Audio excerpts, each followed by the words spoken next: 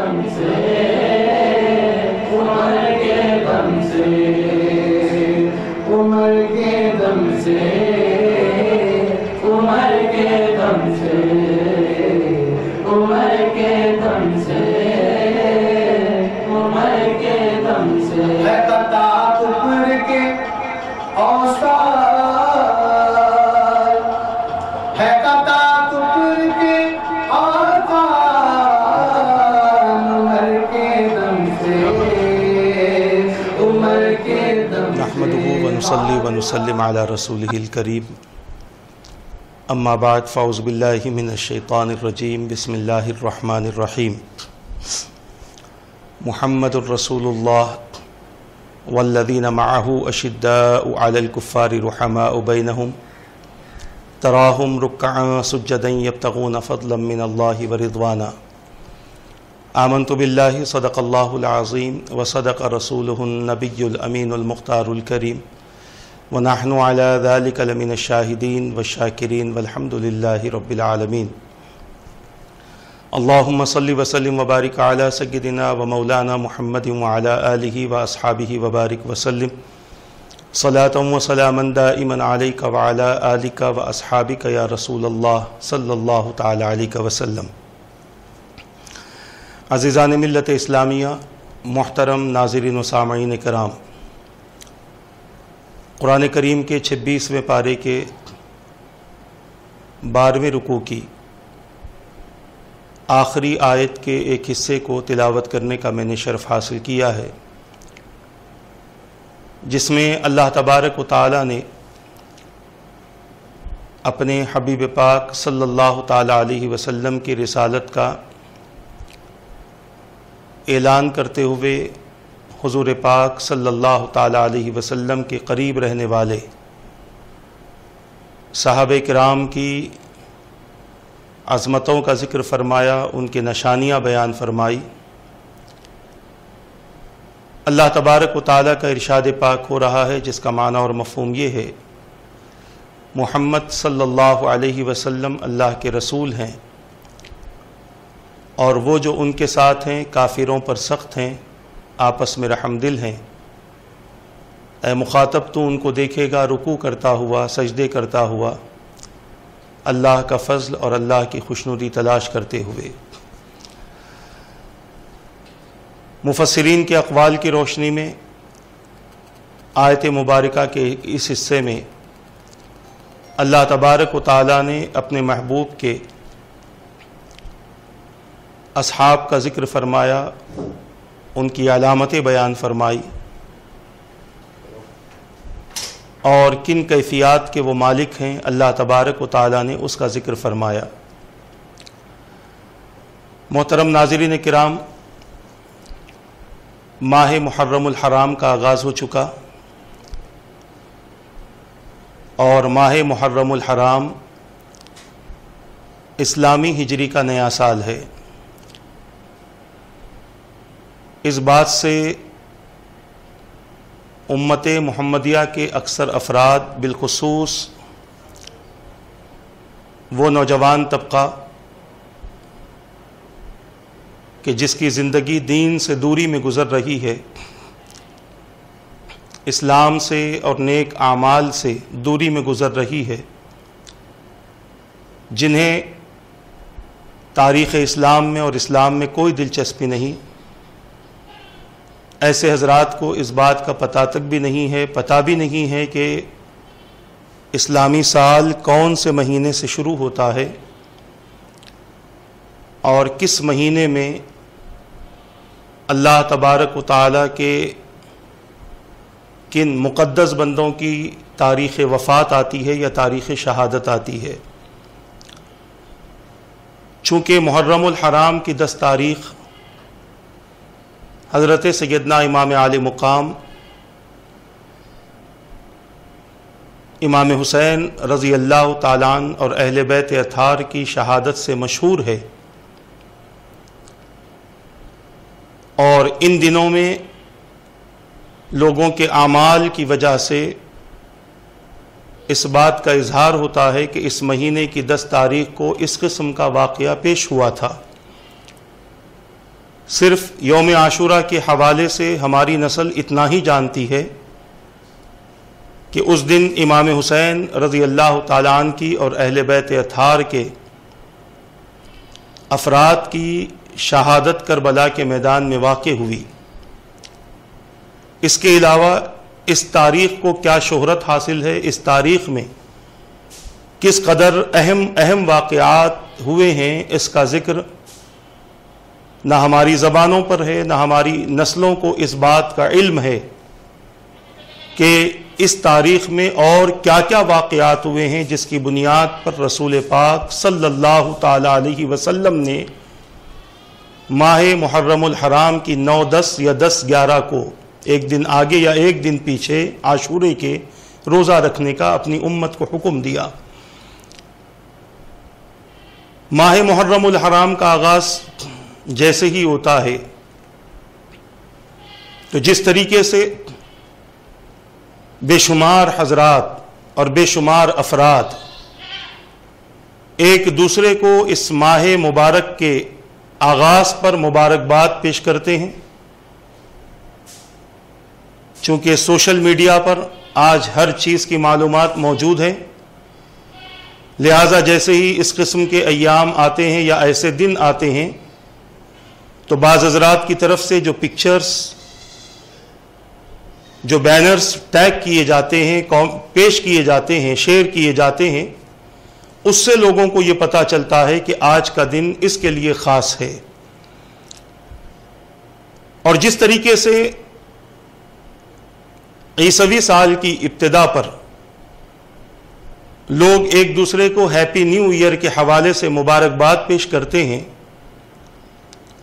ماہ محرم الحرام کے آغاز پر آج یہ سلسلہ شروع ہو چکا ہے کہ اسلامی نیا سال کی ابتدا ہے اور اس کی مبارکباد ہم آپ کو دیتے ہیں، آپ اس کی مبارکباد ہماری طرف سے قبول کر لیجئے۔ عزیزان ملت اسلامیہ، محترم ناظرین و سامعین کرام، میں یہ عرض کرنا چاہتا ہوں کہ جہاں پر ہمارے اور آپ کے لیے لازمی اور ضروری ہے کہ ہم اپنی اولاد کو دین اور اسلام سے واقف کروائیں، وہیں پر ہمارے اور آپ کے لیے ضروری ہے کہ وہ مقدس ہستیاں جنہوں نے دین کی خاطر اپنی بڑی سے بڑی قربانی پیش کی، اپنی دولت کو پیش کیا، اپنی جان کو پیش کر دیا، دین کی خاطر اپنے شہر کو چھوڑا، اپنی تجارت کو چھوڑا، اپنی جائیداد کو چھوڑا، ایسے افراد کے لیے یا ایسی مقدس ہستیوں کے لیے ان کے بارے میں ہماری اپنی اولاد کو اس کا علم دینا یہ ہمارے اور آپ کے لیے لازمی اور ضروری ہے۔ جہاں اسلامی ہجری کا آغاز ماہ محرم الحرام کی پہلی تاریخ سے ہوتا ہے، جس پر ہم ایک دوسرے کو مبارکباد پیش کرتے ہیں یا پیش کرنے کی کوشش کرتے ہیں، وہیں پر ہمیں اس بات کا علم ہونا چاہیے کہ یہی ماہ محرم الحرام کی پہلی تاریخ ہے کہ جس تاریخ میں حضرت سیدنا امیر المؤمنین فاروق اعظم رضی اللہ تعالیٰ عنہ کی شہادت واقع ہوئی ہے۔ اور فاروق اعظم رضی اللہ تعالیٰ عنہ دین اسلام میں ایک ایسی شخصیت کا نام ہے کہ جنہوں نے اسلام کی خاطر اپنی زندگی کو مصروف کر دیا اور اسلام کو پھیلانے کی خاطر آپ نے اپنا سارا وقت اسلام کے لیے دے دیا اور پوری زندگی اسلام کے حوالے سے اور اسلام کی تعلیمات کے حوالے سے اہل اسلام میں اور ان لوگوں میں جو اسلام سے واقف نہ تھے، جو دین سے واقف نہ تھے، آپ نے اپنی پوری زندگی اس کوشش میں لگا دی۔ یہ اسلام جو بڑی آسانی سے آج ہمارے گھروں میں ہے، یہ قرآن جو کتاب کی شکل میں ہمارے گھر میں ہے، حضور پاک صلی اللہ تعالی علیہ وسلم کی سیرت کی کتابیں، احادیث کی کتابیں، یا اسلام کے حوالے سے یا اسلام سے پہلے یا حضرت آدم علیہ السلام سے لے کر حضور تک جتنے بھی واقعات اور جتنی بھی تاریخ کی کتابیں آج ہمارے پاس میں ہیں، یہ ہمارے اکابرین کے کارنامے ہیں، ان کی کوششیں اور ان کی کاوشیں ہیں کہ آج اسلام بڑی ہی آسانی کے ساتھ میں ہمارے گھروں تک پہنچ گیا۔ ورنہ اگر ہم اس دور کی بات کریں جس دور میں اسلام لانے پر مسلمانوں کو اذیتیں دی جاتی، تکلیفیں دی جاتی، پریشان کیا جاتا، مصیبت میں گرفتار کیا جاتا، صرف اس بات پر کہ وہ اپنے باپ دادا کے دین کو چھوڑ کر ایک نئے مذہب سے وابستہ ہوئے ہیں، اور یہ نیا مذہب یہ وہی مذہب ہے جس کو اللہ پسند کرتا ہو، جس کو رسول نے پسند کیا ہو، اس مذہب سے وابستہ ہونے کی بنیاد پر اور اس کے ماننے کی بنیاد پر ایسی اذیتیں ان مسلمانوں کو دی گئی ہیں کہ جن کے ذکر سے ہمارے رونگٹے کھڑے ہو جاتے ہیں، اور جن کے دل نرم ہیں ان کی آنکھوں سے آنسو جاری ہو جاتے ہیں۔ اور ظاہر سی بات ہے، مثال مشہور ہے کہ جو چیز جتنی آسانی سے ملتی ہے اس کی قدر نہیں ہوتی۔ آج کے دور کے حساب سے میں مثال دوں کہ ایک انسان کسی چیز کو پسند کرتا ہو اور وہ قیمتی ہو، اور اس کے پاس میں اتنی دولت نہ ہو کہ وہ اس چیز کو خرید سکے،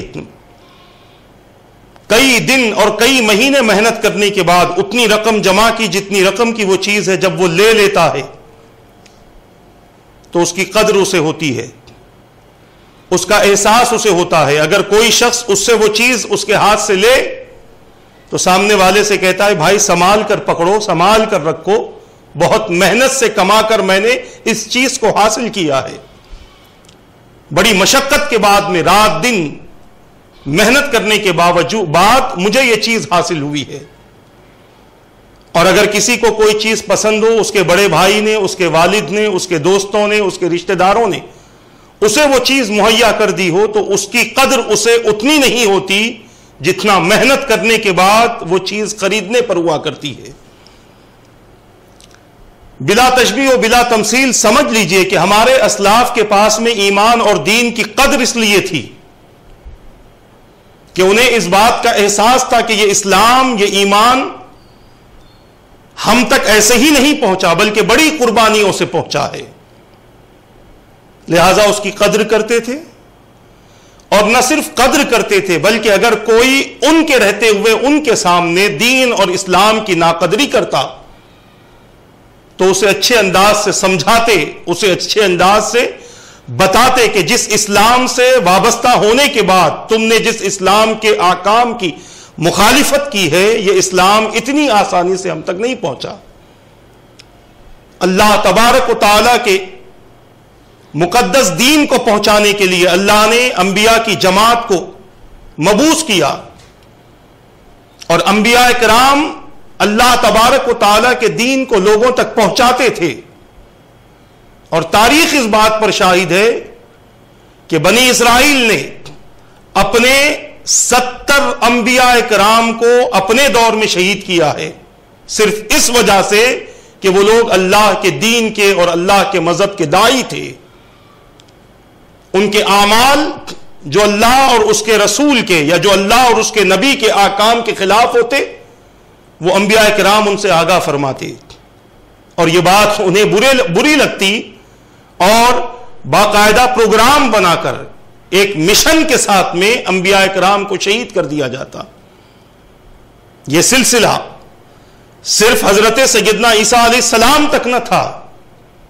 بلکہ یہ سلسلہ حضور پاک صلی اللہ تعالی علیہ وسلم کے دور میں بھی جاری تھا۔ عزیزان ملت اسلامیہ، میں جس شخصیت کی بات کرنا چاہتا ہوں، میری مراد حضرت سیدنا فاروق اعظم رضی اللہ تعالی عنہ سے ہے، اور اس کے لیے میں نے جو تمہیدی کلمات آپ کے سامنے عرض کیے ہیں، یہ صرف سمجھانے کے لیے کہ جو لوگ اسلامی تاریخ سے ناواقف ہیں، یا ہماری نسل جو یکم محرم الحرام کو اسلامی تاریخ کا پہلا دن تو جانتی ہے اور یہ مانتی ہے کہ آج سے نیا سال شروع ہو رہا ہے، وہیں پر ہماری نسل کو یہ بھی بتانے کی ضرورت ہے کہ یہی وہ تاریخ ہے کہ جس تاریخ حضرت سیدنا فاروق اعظم رضی اللہ تعالیٰ عنہ کی شہادت واقع ہوئی ہے۔ حضرت سیدنا فاروق اعظم رضی اللہ تعالیٰ عنہ، اگر میں یہ کہوں تو بے جانا ہوگا کہ حضرت سیدنا ابو بکر صدیق رضی اللہ تعالیٰ عنہ کے بعد اس امت پر سب سے بڑا احسان اور سب سے زیادہ احسان حضرت سیدنا فاروق اعظم رضی اللہ تعالیٰ عنہ کا ہے۔ اور جس طرح اکابرین امت کا فیصلہ یہ ہے کہ انسانوں میں انبیاء کے بعد اور حضور کے بعد میں سب سے افضل انسان اور سب سے اعلیٰ ذات حضرت ابو بکر صدیق رضی اللہ تعالیٰ عنہ کی ہے۔ افضل البشر بعد الانبیاء بالتحقیق، یہ ہر خطیب جمعہ کے خطبے میں حضرت سیدنا ابو بکر صدیق رضی اللہ تعالیٰ عنہ کا نام لینے سے پہلے پڑھتا ہے اور کہتا ہے کہ انبیاء کے بعد میں اکابرین امت کی تحقیق کی بنیاد پر یہ کہا جاتا ہے کہ افضل البشر حضرت سیدنا ابو بکر صدیق رضی اللہ تعالیٰ عنہ کی ذات ہے۔ ان کا ذہن، ان کی فراست، ان کا عشق، ان کا ایمان، ان کا عقیدہ، ان کی نسبت، ان کا تعلق اور ان کی سخاوت، اللہ کی راہ میں ان کی قربانیاں، یہ تمام چیزیں دیکھ کر علماء نے اور اکابرین امت نے یہ فیصلہ کر دیا کہ حضرت ابو بکر صدیق رضی اللہ تعالیٰ عنہ امت میں نبی کے بعد میں سب سے بہترین بشر ہیں۔ اور حضرت فاروق اعظم رضی اللہ تعالیٰ عنہ کے بارے میں تو خود میرے آقا نے فیصلہ فرما دیا، اور حضور پاک صلی اللہ تعالیٰ علیہ وسلم کا فیصلہ یہ تھا کہ اگر میرے بعد کوئی نبی ہوتے تو وہ عمر ہوتے۔ اس سے ہم اندازہ لگا سکتے ہیں کہ حضرت سیدنا فاروق اعظم رضی اللہ تعالیٰ عنہ کس شان کے مالک تھے، کیا ان کی وجاہت تھی، ان کے ذہن، ان کی فکر، ان کا مزاج اس کمال پر پہنچا ہوا تھا کہ خود میرے آقا نے بیان فرما دیا کہ نبوت کے نبی ہونے کے لیے جن صلاحیتوں کی ضرورت ہے وہ صلاحیتیں حضرت عمر رضی اللہ تعالیٰ عنہ میں موجود ہیں، مگر چونکہ میرے بعد کوئی نبی نہ ہوگا، اگر ہوتے تو وہ صرف عمر ہوتے۔ اس سے ہم اندازہ لگا سکتے ہیں کہ حضرت سیدنا عمر فاروق رضی اللہ تعالیٰ عنہ کا مقام اللہ کے نزدیک کیا تھا اور اللہ کے رسول کے نزدیک کیا تھا۔ حضرت سیدنا فاروق اعظم رضی اللہ تعالیٰ عنہ کی زندگی پاک کے حوالے سے چند باتیں آپ حضرات کے سامنے میں رکھنے کی کوشش کروں گا۔ اس کا خلاصہ میں پہلے کر دوں، اختصاراً میں اس کا خلاصہ کر دوں کہ حضرت عمر فاروق رضی اللہ تعالیٰ عنہ کے اسلام لانے سے پہلے کیا واقعات تھے، کیفیات کیا تھی، کس طرح سے آپ نے اسلام قبول کیا، اسلام لانے کے بعد میں کس انداز سے آپ نے اسلام کی ترقی کے لیے، اسلام کی سربلندی کے لیے، اسلام کو لوگوں کے دلوں میں بٹھانے کے لیے کس طرح سے آپ نے کوششیں کی۔ حضور پاک صلی اللہ تعالی علیہ وسلم نے آپ کے متعلق کیا کیا فضیلتیں بیان فرمائی، حضرت ابو بکر صدیق رضی اللہ تعالیٰ عنہ کے دور میں آپ کا کیا کردار رہا، اور جب آپ مسند خلافت پر فائز ہوئے تو آپ کی کیفیات کیا تھی اور کس انداز سے آپ نے لوگوں تک اسلام پہنچایا، اور آپ کے کہنے پر کس انداز سے صحابہ کرام کی جماعت نے کہاں تک اسلام کو پہنچایا، اس کے متعلق اختصاراً میں خلاصے کروں گا انشاءاللہ۔ سب سے پہلے ہم ذکر کریں گے حضرت سیدنا عمر فاروق رضی اللہ تعالیٰ عنہ کا حضور سے تعلق کیا تھا۔ ایک طرف تو تعلق یہ ہے کہ آپ حضور پاک صلی اللہ تعالی علیہ وسلم کے صحابی ہیں، دوسرا تعلق حضور پاک صلی اللہ تعالی علیہ وسلم سے یہ ہے کہ آپ حضور پاک صلی اللہ علیہ وسلم کے خسر ہیں، سسر ہیں، اور تیسرا تعلق حضور پاک صلی اللہ تعالی علیہ وسلم سے آپ کا یہ ہے کہ آپ 8ویں پشت میں آپ کے اجداد حضور پاک صلی اللہ تعالی علیہ وسلم کے اجداد کے قریبی تھے. داداؤں کی بات کر رہا ہوں، پرداداؤں کی بات کر رہا ہوں، یعنی اوپر سے جو نسل چلی آ رہی ہے ان کا تعلق حضور پاک صلی اللہ تعالی علیہ وسلم کے اجداد سے رہا. اور اس طرح سے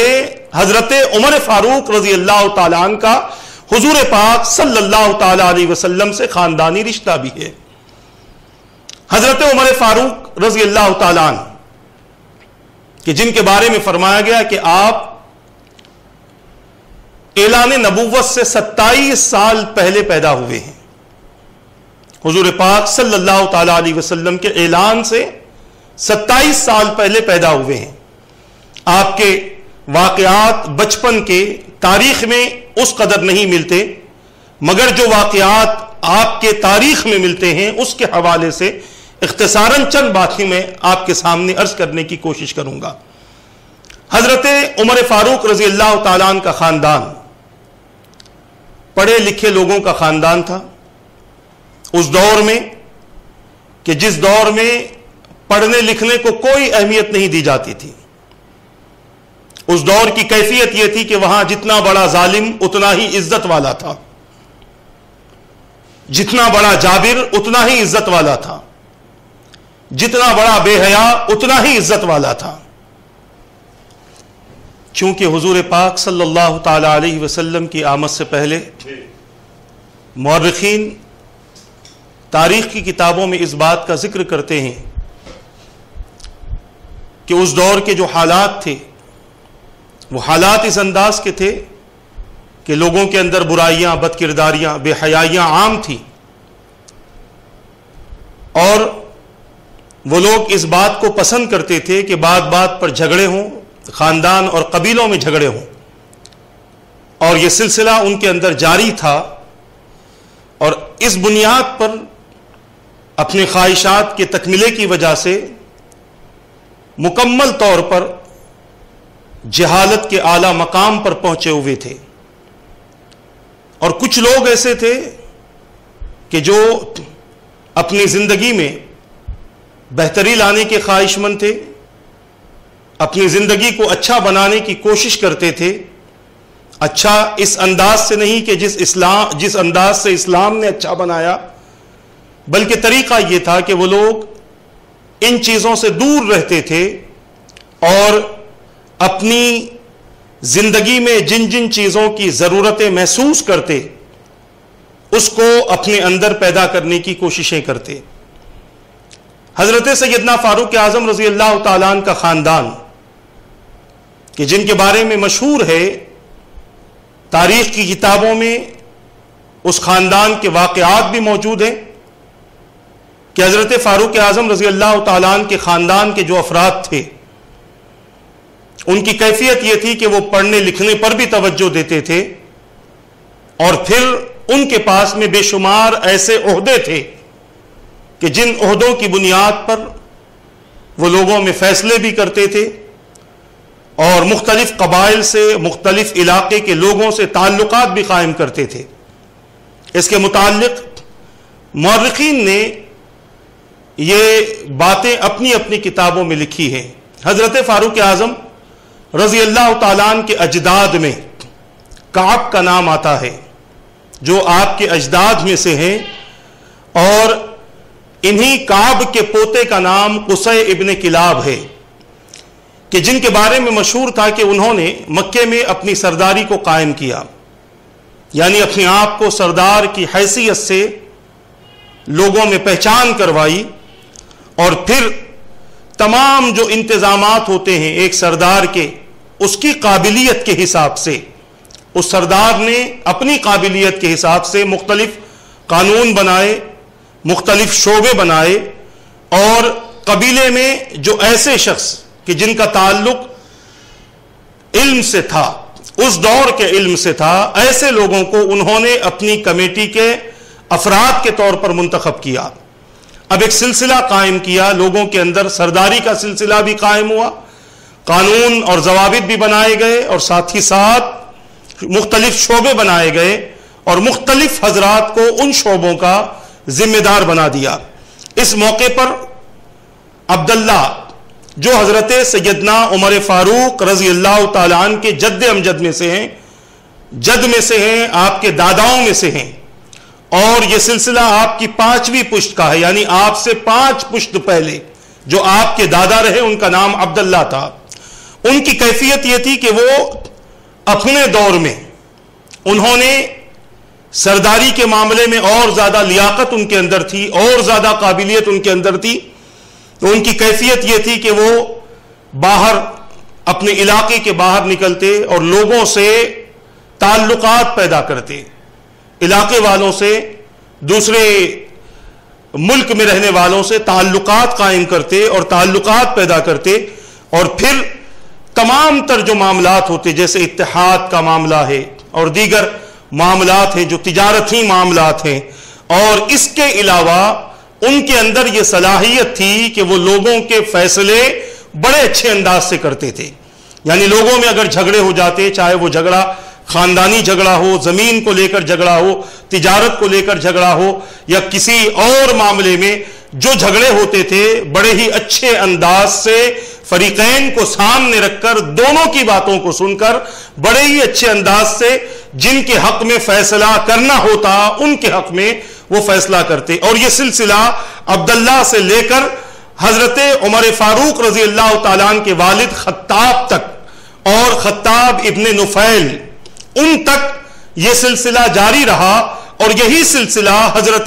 اور یہی کیفیت حضرت سیدنا عمر فاروق رضی اللہ تعالیٰ عنہ کے اندر پیدا ہوئی۔ ظاہر سی بات ہے، ہم اس بات کو تسلیم کریں گے کہ خاندان جتنا اچھا ہوتا ہے،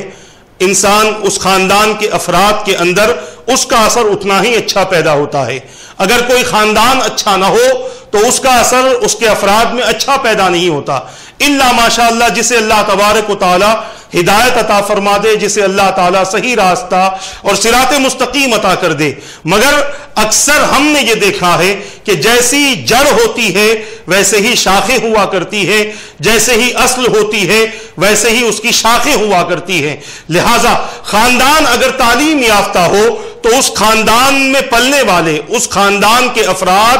کا اثر، خاندان کے بڑوں کا اثر ان پر ضرور پڑتا ہے۔ حضرت عمر فاروق رضی اللہ تعالیٰ عنہ کی کیفیت یہی تھی کہ آپ جس خاندان سے تعلق رکھتے تھے وہ خاندان پڑھا لکھا خاندان تھا، تعلیم یافتہ لوگوں کا خاندان تھا، اور نہ صرف تعلیم یافتہ لوگوں کا خاندان تھا بلکہ ان خاندان والوں کے معاملات نہ صرف اپنوں سے بلکہ دوسروں سے بھی بہت اچھے تھے۔ ان کے تعلقات نہ صرف اپنوں سے بلکہ دوسروں سے بھی بہت زیادہ اچھے تھے، کسی معاملے میں کسی بھی چیز میں اختلاف نہیں کرتے۔ اور دوسری کیفیت یہ تھی کہ ان کے اندر فیصلے کرنے کی صلاحیتیں بہت اچھی تھیں، اور یہی کیفیت حضرت سیدنا فاروق اعظم رضی اللہ تعالیٰ عنہ کے اندر بھی پیدا ہوئی۔ اسی لیے ہم ان کو ہم نہیں بلکہ اکابرین امت انہیں امام العادلین کہتے ہیں، یعنی عدل کرنے والوں کے، انصاف کرنے والوں کے امام۔ اور جب آپ کسی معاملے میں انصاف کرتے تھے تو کسی کو اس معاملے میں کوئی تردد اور کسی قسم کا شک پیدا نہ ہوتا، اور کسی معاملے میں اگر آپ فیصلہ کر لیتے تھے تو آپ کے فیصلے کے خلاف کسی کی جرت نہ تھی کہ کوئی بات کر دے، کیونکہ لوگ جانتے تھے کہ عمر فاروق رضی اللہ تعالیٰ عنہ اپنی صلاحیت سے، اپنے کمال سے، اپنے علم سے جو فیصلہ کرتے ہیں بہت اچھا فیصلہ کرتے ہیں۔ عزیزان ملت اسلامیہ، یہ حضرت سیدنا فاروق اعظم رضی اللہ تعالیٰ عنہ کے اجداد کے بارے میں مختصر سا خاکہ میں نے آپ حضرات کے سامنے پیش کیا ہے۔ حضرت سیدنا عمر فاروق رضی اللہ تعالیٰ عنہ نے اسی روایت کو برقرار رکھا جو روایت خاندان سے چلی آ رہی تھی، خاندان در خاندان جو روایت چلی آ رہی تھی، آپ نے اس روایت کو برقرار رکھا۔ اور پھر آپ کی کیفیت یہ تھی کہ آپ اسلام لانے سے پہلے جن چیزوں کے، جن خوبیوں کے آپ مالک تھے، اسلام لانے کے بعد ان خوبیوں میں اور زیادہ اضافہ ہوا، ان چیزوں میں اور زیادہ اضافہ ہوا، اور یہی اضافہ اور یہی کیفیت رہی کہ آج تک جب کبھی عدل کی بات ہوتی ہے اور صحیح انصاف کی بات ہوتی ہے تو حضرت فاروق اعظم رضی اللہ تعالیٰ عنہ کا نام سب سے بلندی پر آتا ہے۔ عزیزان ملت اسلامیہ، حضرت سیدنا فاروق اعظم رضی اللہ تعالیٰ عنہ بچپن سے بڑے ہونے لگے تو پہلے تو آپ نے جب بچپن میں اپنے گھر والوں کا اثر قبول کیا، اس کے بعد آپ کی کیفیت یہ تھی کہ آپ لوگوں کے اندر اپنے تمام تر کمالات میں مشہور تھے۔ جہاں حضرت فاروق اعظم رضی اللہ تعالیٰ عنہ کا ذکر تاریخ میں ملتا ہے، وہیں پر حضرت سیدنا فاروق اعظم رضی اللہ تعالیٰ عنہ کے ایک چچا زاد بھائی جن کا نام زید تھا، ان کے متعلق تاریخ کی کتابوں میں انہی سے متعلقہ واقعات ملتے ہیں۔ حضرت زید حضرت عمر رضی اللہ تعالیٰ عنہ کے چچا زاد بھائی تھے، اور ان کے والد کا نام، حضرت زید کے والد کا نام عمر تھا، اور عمر چونکہ ایک بڑے خاندان سے تعلق رکھتے تھے، ذاتی صلاحیتیں ان کے اندر اتنی نہ تھیں، مگر چونکہ بڑے خاندان سے تعلق رکھتے تھے لوگوں میں ان کی عزت تھی، اور ان کے بیٹے کی کیفیت یہ تھی کہ حضور پاک صلی اللہ تعالیٰ علیہ وسلم کے اعلان نبوت سے پہلے ہی اللہ تبارک و تعالیٰ نے ان کے دل کو کفر سے، شرک کی گندگیوں سے پاک و صاف کر دیا تھا، اور جب زید یہ دیکھتے کہ لوگ معبودان باطل کی پرستش کر رہے ہیں تو وہ ان کو چھٹلاتے، ان کے خلاف میں کہتے اور کہتے کہ میں ان کی پرستش نہیں کروں گا، میں تو ایک اللہ کی پرستش کروں گا، میں تو ایک اللہ کی عبادت کروں گا۔ اور ان کے یہ کہنے پر ان کے چچا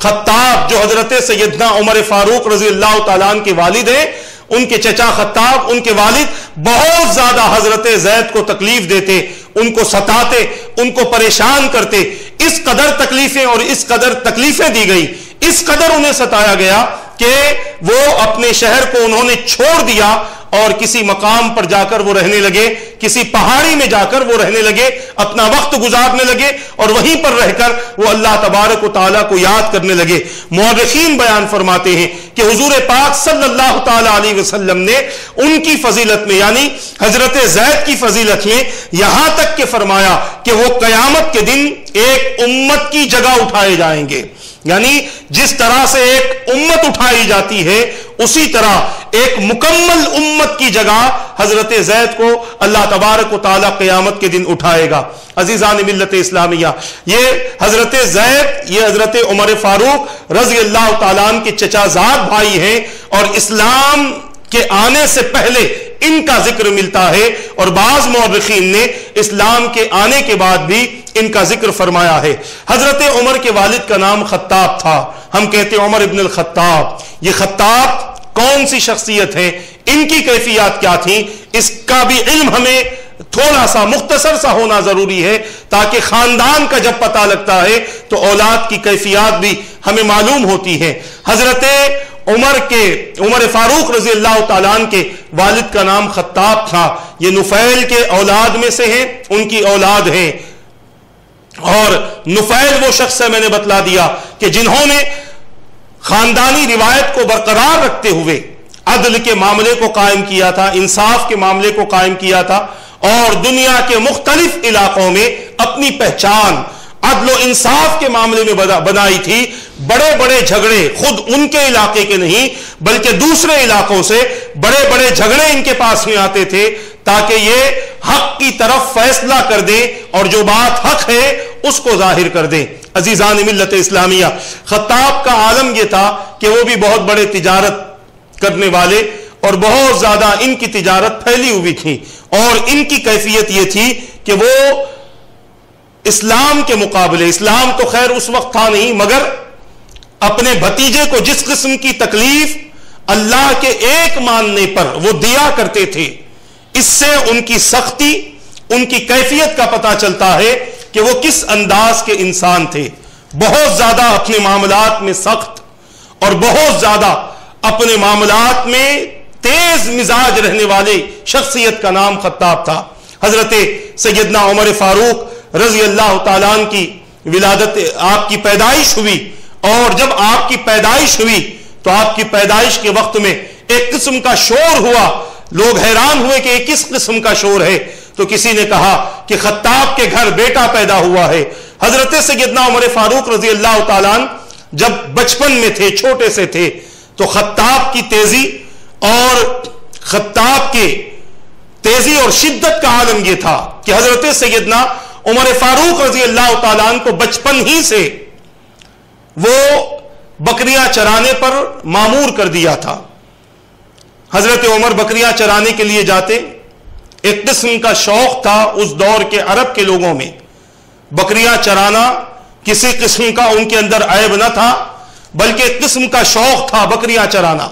لہذا حضرت عمر فاروق رضی اللہ تعالیٰ عنہ بکریاں چراتے تھے, اور بکریاں چراتے ہوئے کبھی آپ تھک کر بیٹھ جاتے تو آپ فرماتے کہ میرے والد میرے پاس آتے اور مجھے سخت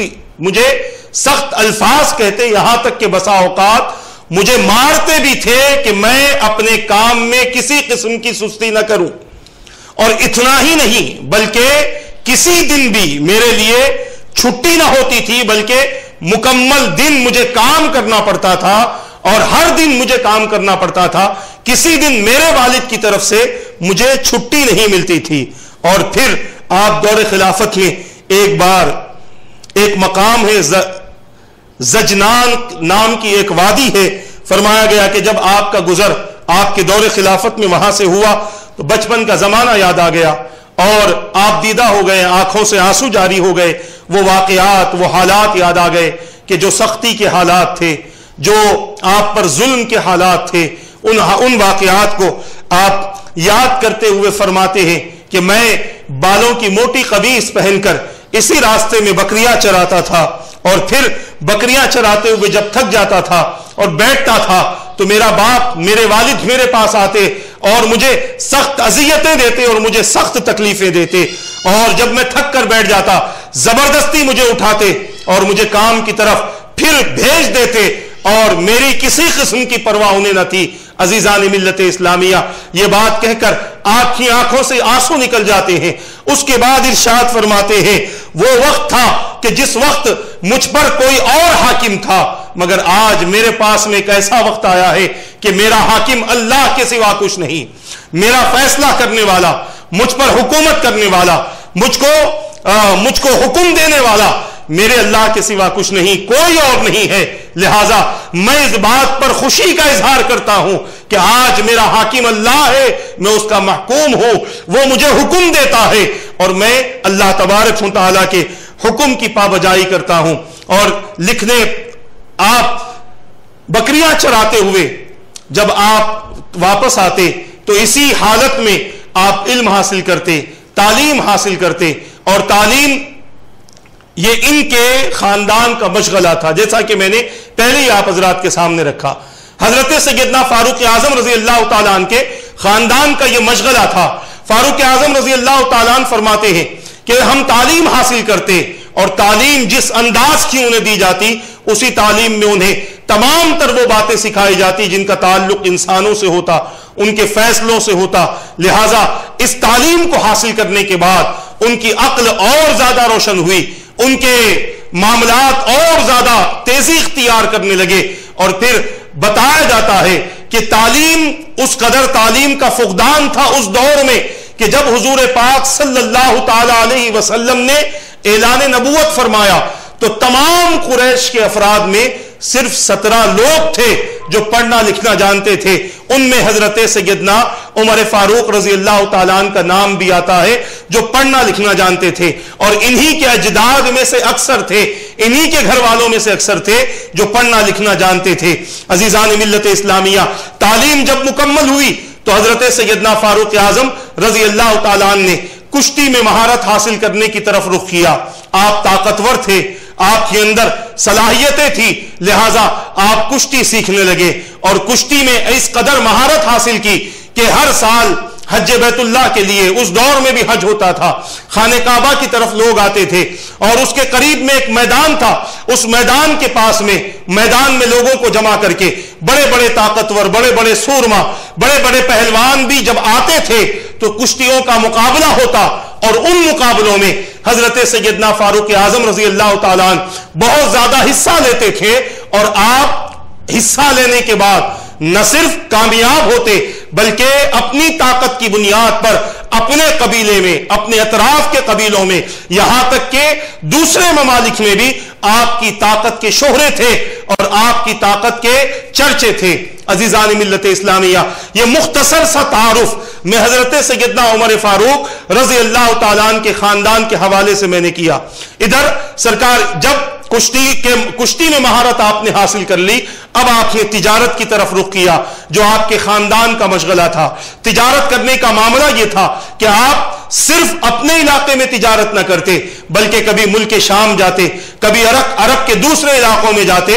اور جب انسان اپنے شہر سے، اپنے ملک سے، اپنے محلے سے جب دوسرے محلے کی طرف جاتا ہے تو وہاں کی روایات کا پتہ چلتا ہے، وہاں کی عادات کا پتہ چلتا ہے، وہاں کے معاملات کا پتہ چلتا ہے، وہاں کے لوگوں کے بارے میں علم ہوتا ہے۔ انسان جب اپنے شہر سے دوسرے شہر کی طرف جاتا ہے، ہم بھی جب اپنے شہر سے کسی اور شہر کی طرف جاتے ہیں تو ادھر کا انداز الگ ہوتا ہے، مہمان نوازی کے طریقے الگ ہوتے ہیں، تجارت کے طریقے الگ ہوتے ہیں، معاملات کے طریقے الگ ہوتے ہیں، کاروبار کے طریقے الگ ہوتے ہیں، غرض کے طریقوں میں بہت زیادہ فرق ہوتا ہے۔ اور حضرت سیدنا عمر فاروق رضی اللہ تعالیٰ عنہ اپنی جوانی سے کاروبار کرتے تھے، اور آپ کبھی مصر کی طرف جاتے، کبھی شام کی طرف جاتے، اور کبھی آپ دوسرے ممالک میں جاتے، وہاں کے بڑے بڑے لوگوں سے، بڑے بڑے بادشاہوں سے آپ کی ملاقات ہوتی، وہاں کی روایات کا اندازہ ہوتا، وہاں کے لوگوں کے بارے میں آپ کو علم ہوتا، اور اس طریقے سے آپ اپنے معاملات کو انجام دیتے۔ ادھر رسول پاک صلی اللہ تعالی علیہ وسلم نے اللہ تبارک و تعالی کے حکم پر اعلان نبوت فرما دیا، اور لوگوں میں میرے آقا صلی اللہ تعالی علیہ وسلم کا یہ اعلان مشہور ہوا، تمام لوگوں تک حضور پاک صلی اللہ تعالی علیہ وسلم کا یہ اعلان پہنچا۔ پہلے تو حضور پاک صلی اللہ تعالی علیہ وسلم پر کسی قسم کی سختی نہ تھی، مگر جب لوگوں کو پتا چلنے لگا کہ حضور پاک صلی اللہ تعالی علیہ وسلم نے نہ صرف اعلان نبوت فرمایا بلکہ اعلان نبوت کے بعد لوگوں کو اسلام میں داخل کرنے کی کوشش کر رہے ہیں۔ کبھی کسی قبیلے کا فرد مسلمان ہوتا، کبھی کوئی غلام مسلمان ہوتا، کبھی کوئی آقا مسلمان ہوتا، کبھی کوئی اور مسلمان ہوتے، کبھی کوئی تاجر مسلمان ہوتے۔ اس طریقے سے جب لوگوں کو اس بات کا علم ہونے لگا کہ ہمارے قبیلے کے افراد مسلمان ہو رہے ہیں، ہمارے خاندان کے افراد مسلمان ہو رہے ہیں، ہمارے محلے کے پڑوس کے افراد مسلمان ہو رہے ہیں، تو اب کفار و مشرکین نے حضور پاک صلی اللہ تعالی علیہ وسلم کے خلاف میں اپنا ایک مشن شروع کیا، اور مشن یہ تھا، ان کا مشن یہ تھا کہ وہ لوگ حضور پاک صلی اللہ تعالی علیہ وسلم کو اور جو حضور کے صحابہ ہیں ان پر سختیاں کرنی شروع کر دی۔ تاریخ اس بات پر شاہد ہے کہ اگر کوئی کسی قبیلے کا فرد مسلمان ہوتا تو سارا قبیلہ اس کو تکلیف دیتا، اس کو اذیتیں دیتا، اس کو مارتا، اس کو پیٹتا، اور مختلف قسم کی سزاؤں میں اسے گرفتار کیا جاتا۔ تاریخ پڑھیں آپ کو پتا چلے گا کہ مسلمان جب صحابہ مسلمان ہوئے ہیں، داخل اسلام ہوئے ہیں، تو ان پر کس قسم کی اذیتوں کے پہاڑ توڑے گئے، کس قسم سے مصیبتوں کے پہاڑ توڑے گئے، اور تکلیف دینے والوں میں جہاں ابو جہل اور ابو لہب اور خطاب برابر کے شریک تھے، وہیں پر حضرت سیدنا عمر فاروق رضی اللہ تعالیٰ عنہ کا نام بھی آتا ہے کہ جب تک آپ داخل اسلام نہ ہوئے تھے، جب تک آپ مسلمان نہ ہوئے تھے، آپ کی کیفیت بھی تھی کہ آپ اپنوں کو اور مسلمانوں کو ایمان لانے کی بنیاد پر اذیتیں دیتے تھے، ستاتے تھے، ظلم کرتے تھے۔ انشاءاللہ یہ تمام معاملات کہ آپ کا ظلم کس انداز کا تھا، کس انداز کی اذیتیں دیتے تھے، اور آپ کس ہجری میں آپ مسلمان ہوئے ہیں، اور آپ کے ایمان لانے کے بعد اسلام میں اور اسلام کے ماننے والوں میں کس قدر انقلاب آیا ہے، انشاءاللہ اس کے متعلق آپ حضرات کے سامنے دوسری نشست میں گفتگو ہوگی۔ اللہ تبارک و تعالیٰ سے دعا کرتا ہوں مولا رب قدیر جو کچھ میں نے کہا میرے کہنے میں غلطی ہو تو اپنے حبیب کے صدقے معاف فرما دے، ان باتوں پر مجھے اور ان سب کو عمل کرنے اور ان باتوں کو دوسروں تک پہنچانے کی توفیق عطا فرما برحمتک یا ارحم الراحمین وما علینا الا البلاغ المبین۔ السلام علیکم ورحمۃ اللہ وبرکاتہ۔